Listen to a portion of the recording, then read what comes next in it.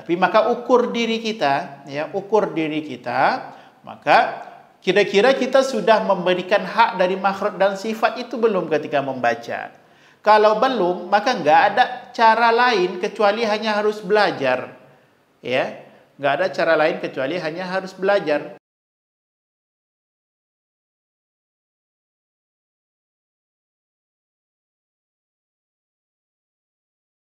Kalau kita melihat kepada pembahasan di muqaddimah dari matan Jazari itu, ya, idh wajibun alaihimu muhattamu qabla syuru'i awalan ay ya'lamu makharijal hurufi was sifati.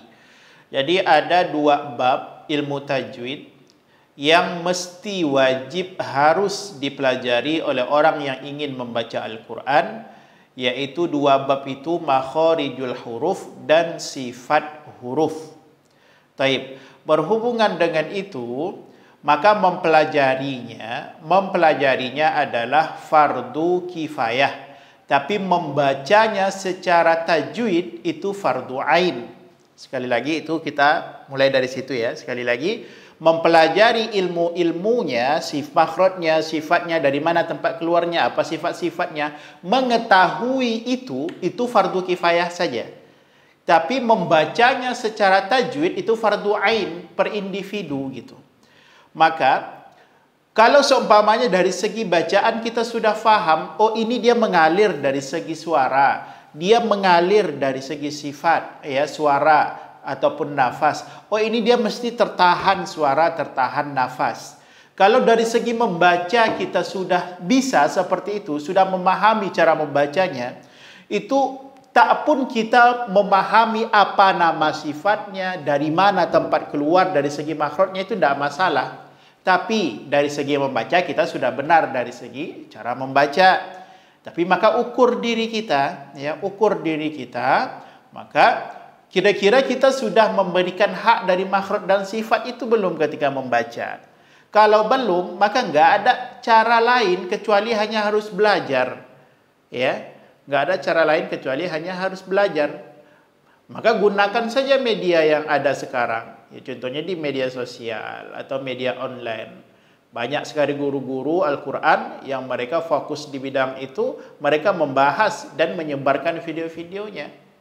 Maka fahami, dengarkan, ya. Nah, itu salah satu caranya, Bang. Karena nggak ada cara lain kecuali hanya latihan. Oh, saya sudah khatam gitu ya. Kalau ada obatnya orang pada beli semua, Bang. Karena nggak ada obatnya, itulah hanya orang-orang pilihan yang mau mengupgrade bacaan Qurannya kan. Bisa satu lagi, Ustaz? Boleh, Bang. Saya masih bingung menerjemahkan atau mencontohkan kalau huruf ro ya. Huruf ro itu kan punya sifat takrir ya. Taib. Takrir, dan satu lagi dia juga punya sifat apa tuh? Inhiraf. Inhiraf. Sama. Terjemahkan inhiraf ini apa, Ustaz?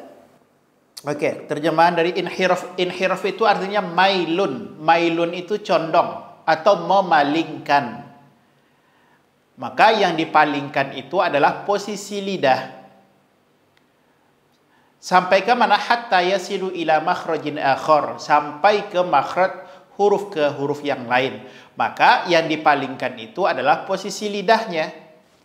Maka tempelkan huruf ro itu di makhrajnya, contohnya ujung lidah ditempelkan ke gusi atas. Maka palingkan dia atau tarik, memalingkan huruf ro itu ke dalam.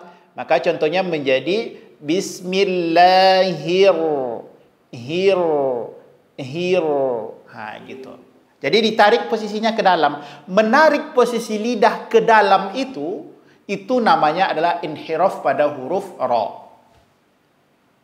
Dan inhiraf pada huruf lam, kan inhiraf ada dua tuh, huruf lam. Sedangkan inhiraf huruf lam memalingkan lidahnya ke kiri ataupun ke kanan.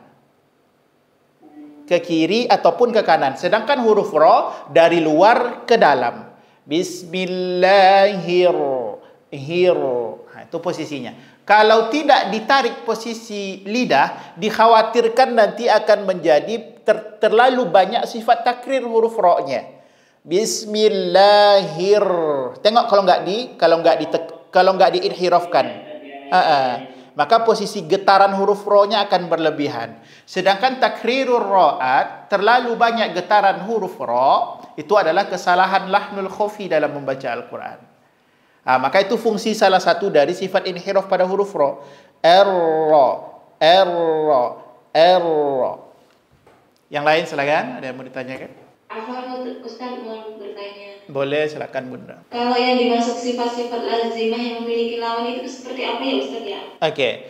Jadi sifat akan terbagi kepada dua secara garis besar. Ada sifat lazimah, ada sifat aridhah. Sifat lazimah dan sifat aridhah. Dan pembahasan pada huruf-huruf hijaiyah itu hanya pada sifat lazimah saja. Aridhah tidak dibahas dalam sifat-sifat huruf. Dan sifatul lazimah itu terbagi kepada dua. Satu, sifat yang berlawanan. Dan yang kedua, sifat yang tidak berlawanan.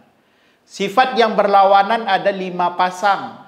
Yang pertama, hamas lawannya jahar. Yang kedua, sifat syiddah lawannya rokhawah.